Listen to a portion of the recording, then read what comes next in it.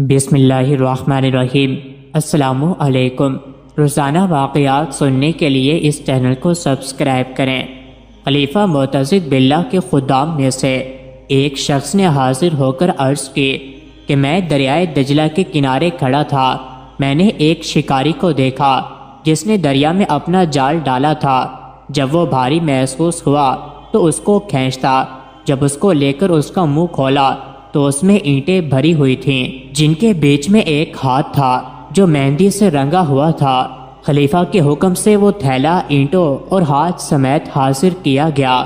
خلیفہ پر اس کا سخت اثر ہوا اور فرمایا کہ شکاری سے کہو کہ وہ اسی جگہ آگے پیچھے مختلف مقامات پر دوبارہ جال ڈالے۔ شکاری نے ایسا کیا تو ایک اور تھیلا نکلا جس میں سے ٹانگ برآمد ہوئی۔ پھر تلاش کیا گیا تو کوئی چیز نہ ملی۔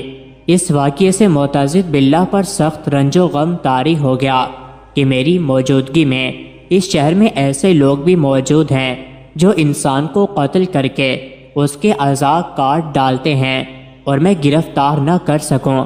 خلیفہ نے سارا دن کھانا نہیں کھایا اور اسی پر غور کرتے رہے۔ جب اگلا دن ہوا تو اپنے ایک معتمد کو بلا کر ایک خالی تھیلا دیا اور حکم دیا کہ یہ تھیلا لے کر بغداد کے تھیلے بنانے والے کاریگروں میں گھومو۔ اگر ان میں سے کوئی شخص اس کو پہچان لے کہ یہ اس کا بنا ہوا ہے تو اس سے پوچھو کہ یہ تم نے کس کے ہاتھ فروخت کیا تھا۔ اس سے خریدار کا حال معلوم کر کے اس سے مل کر معلوم کرو کہ اس نے کس کو بیچا اور کسی کو اس تفتیش کی وجہ مت بتانا۔ وہ شخص 3 دن تک غائب رہا۔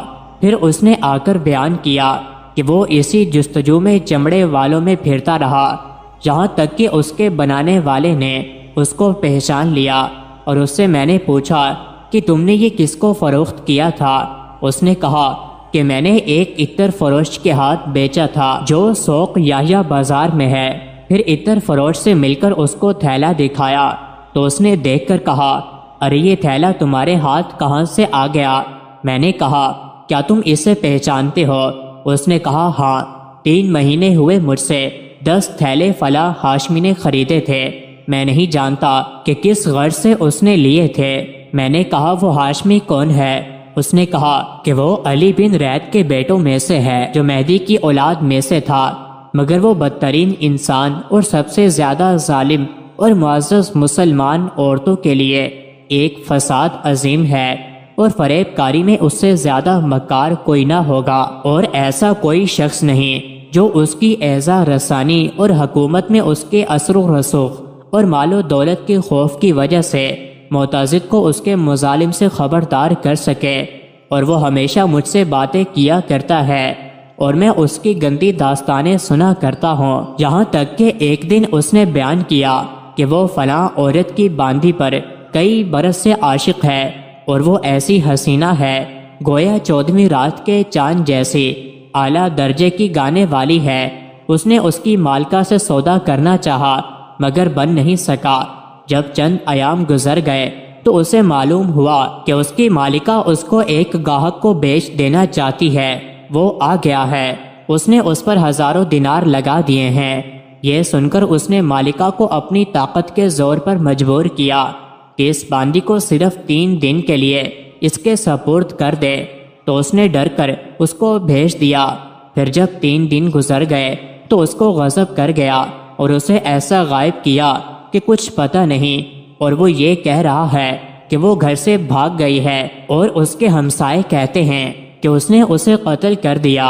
کچھ لوگ کہتے ہیں کہ اس کے قبضے میں ہے اور اس کی مالکہ نے ماتم برپا کر رکھا ہے۔ آتی ہے اور دروازے پر چلاتی ہے مگر کوئی نتیجہ نہیں نکلتا۔ جب معتضد نے یہ واقعہ سنا تو اس انکشاف پر اللہ کا سجدہ شکر ادا کیا اور کچھ لوگوں کو بھیجا جو اس ہاشمی کو جکڑ کر لے آئے اور وہ ہاتھ پاؤں نکال کر ہاشمی کو دکھائے۔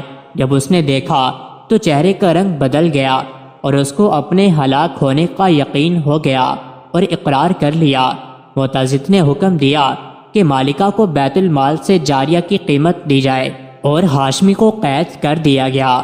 بعض روایات کے مطابق اسے قتل قرار دیا گیا اور بعض روایات کے مطابق وہ قید میں مر گیا۔ مزید ایسی ہی ویڈیوز کے لیے چینل کو ضرور سبسکرائب کریں۔